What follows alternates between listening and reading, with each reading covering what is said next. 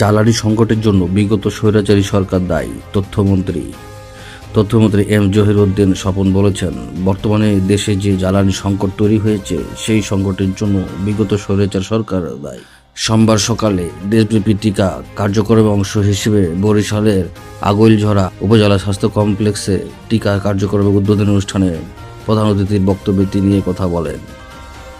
M Zahiruddin Swapan বলেছেন, রাষ্ট্র কাঠামোকে নতুন করে মেরামত করতে চান তারেক রহমানের সরকার।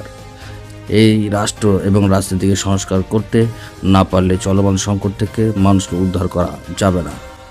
দেশে পর্যাপ্ত পরিমাণ গ্যাস থাকলেও বিগত সরকার ক্ষীণ ব্যবসার স্বার্থে গ্যাস উত্তোলনের কোনো কর্মসূচি না নিয়ে জ্বালানি আমদানি নির্ভর করে একটি রুটিন তৈরি করেছিল।